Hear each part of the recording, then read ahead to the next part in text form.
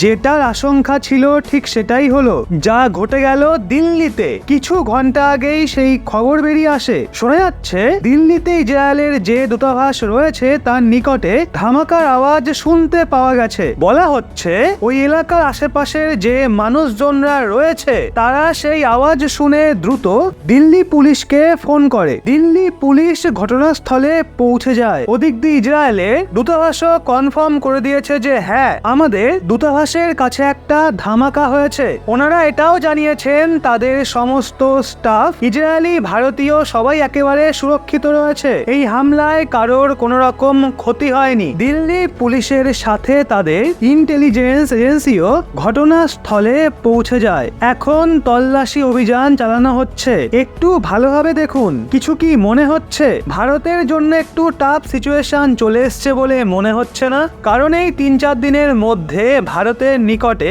দুটো জাহাজে হামলা হয়ে গেছে, আর এখন আবার ইসরায়েলি দূতাবাসের সামনে এই ধামাকা। এই তিনটে ঘটনাকে একসঙ্গে জুড়লে বুঝতে পারবেন যে ভারতকে কোথাও না কোথাও বদনাম করার চেষ্টা করা হচ্ছে, ভারতকে ফাঁসানোর চেষ্টা করা হচ্ছে। আপনার কি মনে আছে একই ঘটনা 2021 সালেও ঘটেছিল, যখন আলাস্কা মসজিদের ভেতরে ইসরায়েলের সিকিউরিটি গার্ড ঢুকে পড়েছিল, যার বিরোধ হয়েছিল। ওখানে দাঙ্গা আন্দোলনও হয়েছিল, আর ভারতের ভেতরেও প্রোটেস্ট হয়েছিল। আর তার কিছুদিন পরই ইসরায়েলি দূতাবাসের বাইরে বোম ব্লাস্ট হয়েছিল।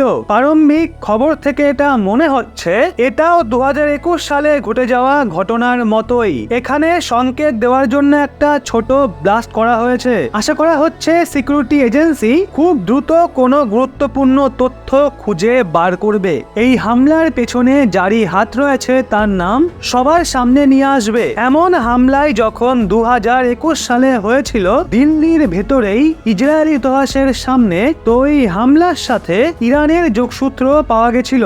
আর আমাদের অনেক বড় নিউজ এজেন্সি সিকিউরিটি এজেন্সির সূত্রের মারফত ছেপেছিল যে সিকিউরিটি এজেন্সিও এর পেছনে ইরানের হাত থাকার প্রমাণ পেয়েছে। তারপরই সব কেমন যেন ধামা চাপা পড়ে যায়। এই নিয়ে বেশি আর ইনফরমেশন আমাদের সামনে বেরিয়ে আসে না। আশা করছি এইবার এই যে অ্যাটাক হয়েছে এই নিয়ে সংক্ষিপ্ত রিপোর্ট ভারতীয় জনতাদের অবশ্যই দেবে, কারণ এটা আমাদের অধিকার। আমাদেরও জানা উচিত কোন সেই শক্তি যে ভারতকে বারবার টার্গেট করছে। এখন আপনারা আপনার মাথাকে কাজে লাগান আর কমেন্ট করে বলুন আপনার কি মনে হয় কোন সেই দেশ, কোন সেই অদৃশ্য শক্তি যে ভারতকে ইসরায়েল গাজা যুদ্ধে টানার চেষ্টা করছে, আর এর জবাব ভারতকে কিভাবে দেওয়া উচিত। কমেন্ট করে অবশ্যই আপনার মতামত জানান। নিরাপত্তা সংস্থার ব্যাপক তল্লাশির সময় ওই স্থানে ইসরায়েলি রাষ্ট্রদূতকে উদ্দেশ্য করে একটা চিঠি পাওয়া গেছে। ইসরায়েলের ডেপুটি চিফ অফ মিশন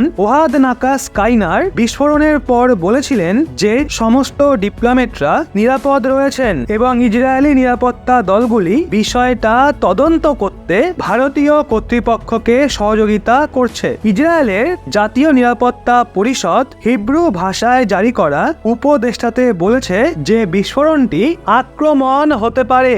এটা ভারতে বসবাসকারী ইসরায়েলিদেরকে মল এবং বাজারের মতো জনাকীর্ণ জায়গায় যাওয়া এড়াতে এবং পশ্চিমা বা ইহুদি এবং ইসরায়েলি উপাদানগুলোর দ্বারা ঘন চিহ্নিত স্থানগুলোতে যাওয়া এড়াতে অনুরোধ করেছে।